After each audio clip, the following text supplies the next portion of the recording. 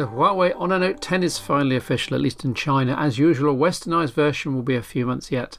Get this, it has a 6.95-inch display, i.e. almost 7 inches at 1080p and AMOLED, which strikes me as perhaps not being enough in terms of resolution, but we'll see. There's a Kirin 970 chipset paired with 6 or 8 gig of RAM and 64 gig or 1 to 8 gigabytes of storage, plus microSD if you ditch the dual SIM option. The chipset uses a new liquid cooling solution with 8 layers of dissipation and a 9th one that's basically a PC grade liquid cooled pipe, promising 41% better heat dissipation, all in a phone. Wow!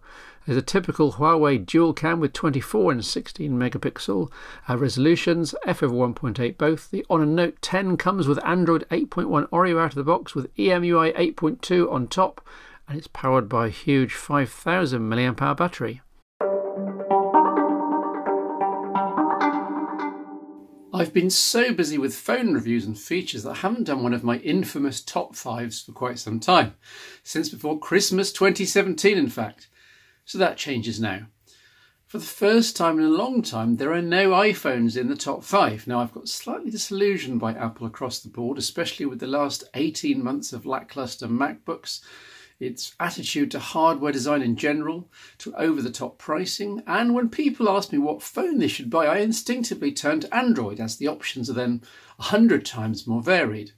Of course, if they say which iPhone should they buy, then my answer will be different. They've made up their minds that they want the ecosystem, they want the shiny Apple stores, they want the iMessage compatibility with their friends, and so on.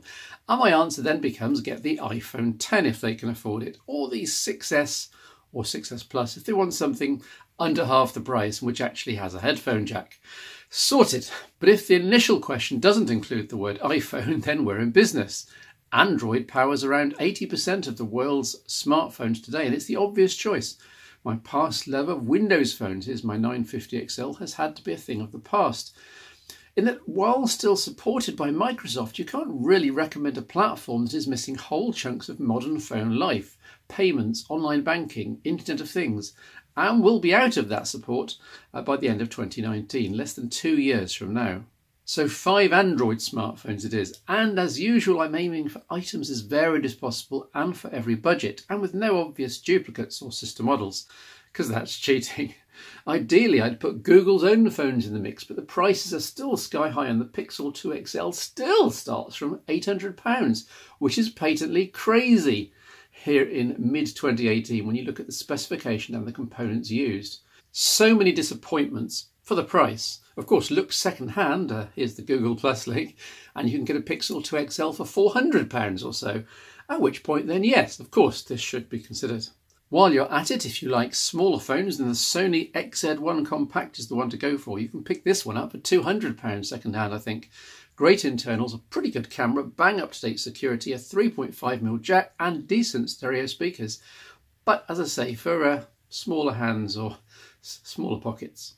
I'd love to put the Gemini PDA in just because it's different, but there are so many minor teething issues that I think I'll have to wait for the Gemini 2 to make it a slam dunk recommendation. I'd love to put the Asus Zenfone 5 in, but this is a UK based show and it's still not available here officially. And I can't recommend an import in terms of after sales support and updates to the casual viewer, which is also why Xiaomi doesn't appear much in these shows, however good its hardware and value proposition. So, on with my top 5, ranging from £350 to £870 upwards. There's no real budget pick here, though you can't really go wrong with any of the cheaper HMD Nokias or the Moto Gs if you really are stuck for cash, perhaps for a family member. And number 5, the Huawei P20 Pro at a whopping £800, reviewed in Phone Show 336. The closest thing we have right now to an imaging powerhouse, at least until 2019's flagships arrive with that new Sony 48 megapixel sensor in. Think of this as a modern successor to the classic Nokia 808 and Lumia 1020. 3 sensors, one with 40 megapixels and oversampling, one with 3 times telephoto, and one monochrome, all nicely stabilised, corrected and with laser autofocus. It's an imaging fan's dream, spoilt only by overzealous sharpening and noise reduction when I reviewed it. I'm getting it back in soon to see how updates have fixed things. Away from the camera, the P20 Pro is a modern, powerful 18:9 6-inch screen smartphone that you do have to get used to Huawei's EMUI skin and quirks. Worth it though, I think. At number 4, the Honor 10 at £400 or so, which is actually well priced considering the power under the hood. I reviewed this in Phone Show 338. Again, there's EMUI, Emotion UI to contend with, but live with this, and the Honor 10 is a sumptuous smartphone that feels in the hand remarkably similar to the iPhone 10 notch and all. Maybe that's intentional, you'd have to ask the relevant lawyers. From screen clarity to performance to imaging smarts to excellent audio, including a 3.5mm jack, the Honor 10 is the best phone the brand has produced by some margin. At number 3, the OnePlus 6 from £470, reviewed in Phone Show 339. Yes, it's something of a cliche to talk about each year's OnePlus flagship as the bargain of the year, but it really is always great value. Here with a Snapdragon 845 chipset, 6 or 8 gig of RAM, imaging that overperforms a super screen and form factor if you like slightly bigger phones. A 3.5mm jack, regular security updates, even guaranteed Android 9 compatibility since it's already on the P beta track. In short, you can't go wrong with the OnePlus 6. To paraphrase the old IBM saying, no one ever got fired for buying OnePlus. At number 2, the cheapest phone in this top 5, the Nokia 7 Plus at £350. That's reviewed in the previous Phone Show 343. I talk quite a bit about smartphones being a compromise. You can't have everything be the best in one phone, especially at a modest price. So then it comes down to balancing the component choices and keeping the software straightforward. And this is exemplified in the Nokia 7 Plus, the new Nokia brand under HMD Global. With the dual telephoto camera, enormous battery, decent display, pretty good speaker, 3.5mm jack, superb stereo ozone microphones, a sensible chipset and plenty of RAM, the Nokia 7 Plus knocks it out of the park by also being an Android One phone, so it gets perfect updates and security patches straight from Google. The Nokia 7 Plus gets almost everything right and is a worthy number 2 here. But at number 1, forget what I just said about phones being a compromise, because you really can have the best of all worlds at a price. I've switched back to shooting this little bit of video on the Nokia 808 because I wanted to show this, the Samsung Galaxy S9 Plus, which starts at £870.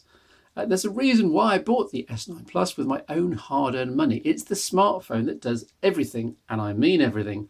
Best display, best still camera with telephoto, arguably certainly the best video capture with low noise floor stereo, which is why I normally shoot the Phone Show on it. A fast Exynos processor, 6 gig of RAM, Qi charging, a big battery, Dolby Atmos stereo speakers. Well, they're unbalanced, but brilliantly and loudly tuned with good bass by AKG. A 3.5mm jack, 100% waterproofing, no expense spared whatsoever by Samsung, throwing everything but the kitchen sink into something that's sleek and beautiful.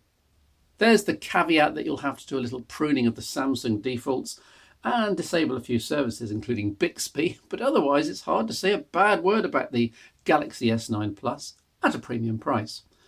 If you can't afford it, then look to the previous handsets in this top 5 or go second-hand. Comments welcome on my YouTube channel or to me for inclusion in the next Phone Show Chat podcast.